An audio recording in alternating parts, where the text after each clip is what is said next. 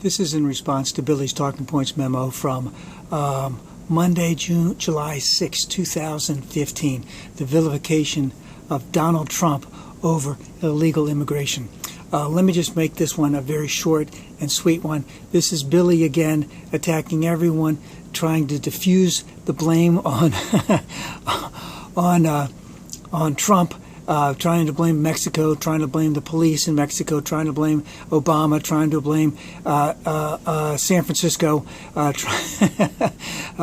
trying to blame that we don't have a strong enough border, all of this kind of stuff. And all this is a side issue.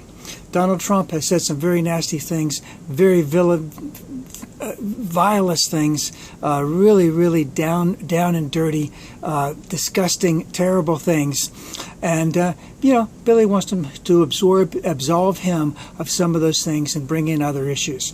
Now, all of the other issues that it bring up are important. He's trying to make every president look bad. He's trying to make Mexico look bad. He's trying to make the drug cartels look bad. But let's remember, the biggest thing, Mexico has always been a poor country. Mexico has even a higher discrepancy between the rich and poor than we do in the United States. So there are what I would like to refer to as a lot of peasants in that country. It is a third world country that it borders a first world country, meaning us. And it's been difficult and it will continue to be difficult. And remember, the biggest problem that we have in reference to Mexico is the fact that drugs are coming in here illegally.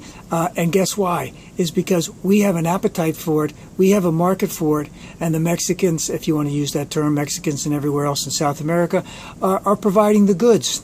And the loss of life, the loss of innocent life, the loss of money, etc., product, etc., that's all part of the deal.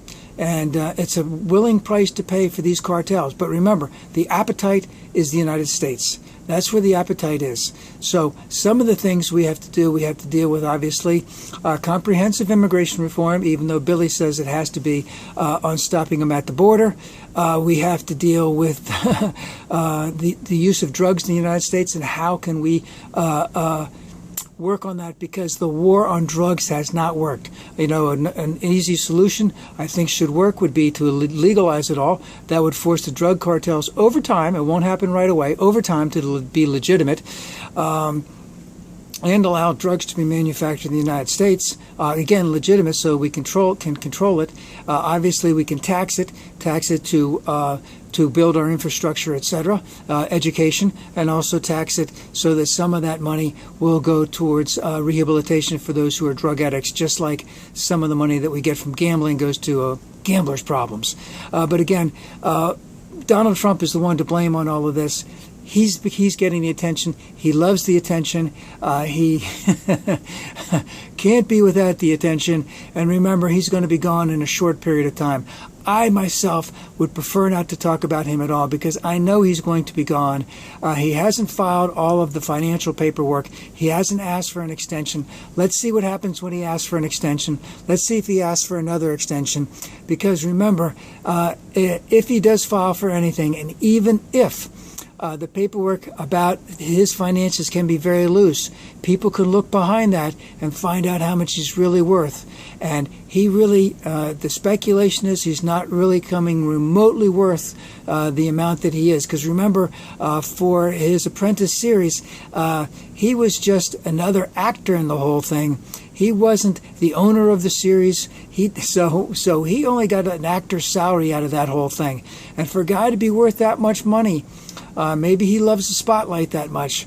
And remember, he's declared bankruptcy corporately at least 4 separate occasions. So we'll see how this all plays out. I'd rather not bring him up.